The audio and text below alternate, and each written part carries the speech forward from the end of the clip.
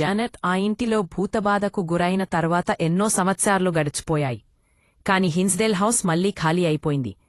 కిటికీలు పగిలిపోయాయి, పైకప్పు కూలిపోయింది, మరియు ప్రకృతి మళ్లీ తన హక్కును తిరిగి తీసుకుంటోంది.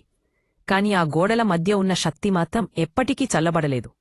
స్థానికులు చెబుతారు, రాత్రివేళ్లో ఆ ఇంట్లో లైట్లు మెరుస్తాని, కాని అక్కడ విద్యుత్ లేనప్పటికీ ఒకసారి ఒక పోస్టుమ్యాన్ పైన ఉన్న కిటికీలో ఒక ముఖం కనిపించిందని చెప్పాడు.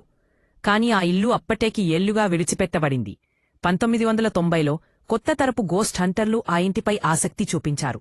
వాళ్లు కొత్త పరికరాలతో వచ్చారు, థర్మల్ కెమెరాలు, ఈఎంఎస్ డిటెక్టర్లు, స్పిరిట్ బాక్సు. కాని ప్రతి బృందం వెళ్లినప్పుడు వాళ్లు చెప్పిన కథలు వారి రక్తాన్ని చల్లబడిచాయి. ఒక బృందం రికార్డర్లో విన్నది వారి పేర్లను పిలుస్తున్న స్వరం. అయితే ఆ ఇంట్లో వాళ్ల తప్ప ఎవ్వరూ లేరు. మరో బృందం కెమెరా ముందు కిచెన్లో ఒక నీడ కదులుతున్నది కనిపించింది. కాని థర్మల్ కెమెరాలో మాత్రం ఏ వేడి జాడలేదు. కాని 2003లో జరిగిన రాత్రి పరిశోధన అన్నిటికంటే భయంకరంగా నిలిచింది. అచ్చం 37 ఆయన లివింగ్ రూంలో ఉన్న కెమెరా తనగా ఆన్ అయింది. అది రికార్డ్ చేసింది ఒక కుర్చీ నేలమీద నెమ్మదిగా జారుతూ కదిలింది. తర్వాత ఓ మృదువైన స్త్రీ స్వరం వినిపించింది, నేను ఇంకా ఇక్కడే ఉన్నాను.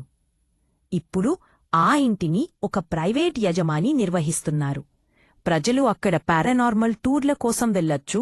ప్రవేశించిన వారిలో చాలామంది చెబుతారు తమకు ఒక్కసారిగా తలనొప్పి, వికారం, భయం కలిగిందని. కొంతమంది మెట్లమీదే కుప్పకూలిపోతారు. అదే ప్రదేశం, అక్కడే జానెట్ ఒకప్పుడు భూతబాధకు గురయ్యింది. మీడియన్స్ చెబుతారు, ఆ ఇంట్లో ఒక్క ఆత్మ కాదు, అనేక ఆత్మలు ఉన్నాయి.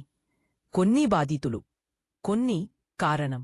ఇంటి వెనుక ఉన్న ఒక చెట్టును అందరూ ద హ్యాంగింగ్ ట్రీ అంటారు.